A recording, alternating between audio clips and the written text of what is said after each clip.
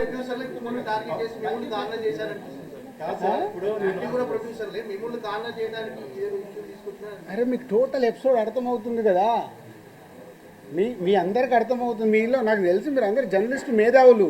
Total episode మీకు క్లియర్గా అరటి పండు ఒలిసినట్టు ఓపెన్ చేశా.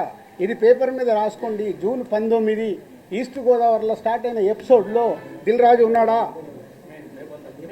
మీరు చెప్పండి. ఇప్పుడు అడిగారు కదా, ఏప్రిల్ 19 ఈస్ట్ గోదావరి జరిగిన ఎపిసోడ్లో దిల్ రాజు ఉన్నాడా?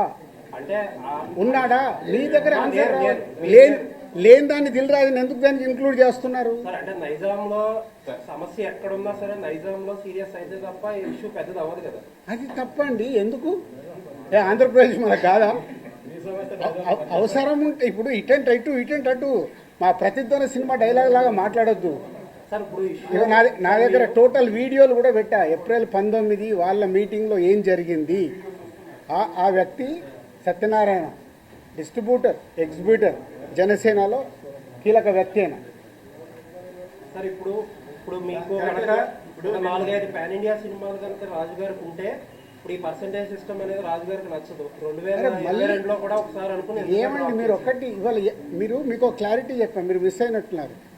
ఈరోజు తెలుగు సినిమా ఇండస్ట్రీలో 90% సినిమాలు పర్సెంటేజ్లో ఆడుతున్నామా లేదా? ఆడుతున్నాం. పెద్ద సినిమాలు కూడా ప్రాబ్లం లేదు. పెద్ద సినిమాలు కూడా ఎగ్జిబ్యూటర్ రెడీగా ఉన్నారు. సార్ మాకు రెంట్ కావాలా, మీరు రెంట్లు వేసుకోండి పెద్ద సినిమా, మళ్ళీ దాంట్లో పర్సంటేజ్కి షిఫ్ట్ చేయకండి. పర్సంటేజ్కి షిఫ్ట్ చేయడం వల్ల రెండో వారం మాకు రెంట్ రావట్లేదు. ఎగ్జాంపుల్, మొదటి వారం 20 లక్షలు మీకు ప్రొడ్యూసర్కు డిస్ట్రిబ్యూటర్కి షేర్ వస్తే రెండో వారం 5 లక్షల గ్రాస్ అవుతే మాకు 2 లక్షలే వస్తుంది. మాకు అది వర్కౌట్ అవ్వట్లేదు.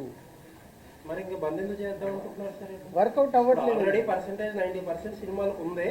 పెద్ద సినిమాలకు మిగతా 10% మాకు వర్కౌట్ అవుతున్నప్పుడు ఇంక బంద్ ఎందుకు? సో రెడ్ ఆర్ పర్సెంటేజ్ మీరు పాయింట్ మర్చిపోకండి. అక్కడ మొదటి వారము రెంట్లో వేసి రెండో వారము సినిమాని పర్సెంటేజ్ వేస్తున్నారు కాబట్టి మాకు వర్కౌట్ అవ్వట్లేదు. ఆ రెంట్ మీకు రెంట్ కావాలిస్తే పెద్ద సినిమాలు కూడా రెంట్లోనే వేసుకోండి, వాళ్ళు సిద్ధంగా ఉన్నారు. ఆర్ అన్ని సినిమాల్లాగా పర్సెంటేజ్ చేయండి అంటే కమ్యూనికేషన్ వెరీ బ్యాడ్. ఇది పర్సెంటేజ్ విధానంకు వెళ్ళాలి అనేది ఒక పాయింట్. ఒక నిమిషం. రెండో పాయింట్ వాళ్ళ పాయింట్ ఆఫ్ వ్యూ మాట్లాడతాం.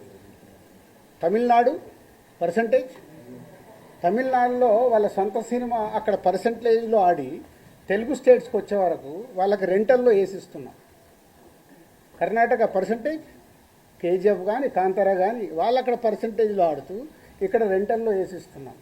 నార్త్ ఇండియా మొత్తం పర్సంటేజ్, యానిమల్ సినిమా మేము డిస్ట్రిబ్యూట్ చేశాము, ఇక్కడ రెంటల్లో వేపించి ఇచ్చాము.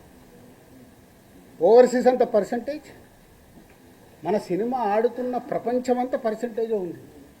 ఒక మన తెలుగు స్టేట్స్ మట్టికే ఆ మొదటి వారము ఆ కొన్ని సినిమాలు రెంటల్లో ఆడుతున్నాం. దానికి వాళ్ళు ఇప్పటికీ రెడీ అంటున్నారు.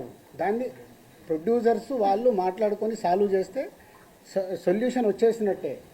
పర్సంటేజ్లో కావాల్సి పర్సంటేజ్లో వేసుకోండి మీ సినిమా రిలీజ్ కంటే ముందు. లేదు మీరు రెంటల్, మీకు రెవెన్యూ ఎక్కువ కావాలి, రెండో వారం కూడా మాకు రెంటల్లోనే ఆడండి అనేదే వాళ్ళ రిక్వెస్ట్. దీన్ని భూతద్దంలో ఎలా చూపిస్తున్నారు మీకు అర్థమైందా? మీరు అడిగిన క్వశ్చన్ క్లారిటీగా రేపు రాయండి. మీరు దీన్ని భూతద్దంలో ఎలా చూపిస్తున్నారు?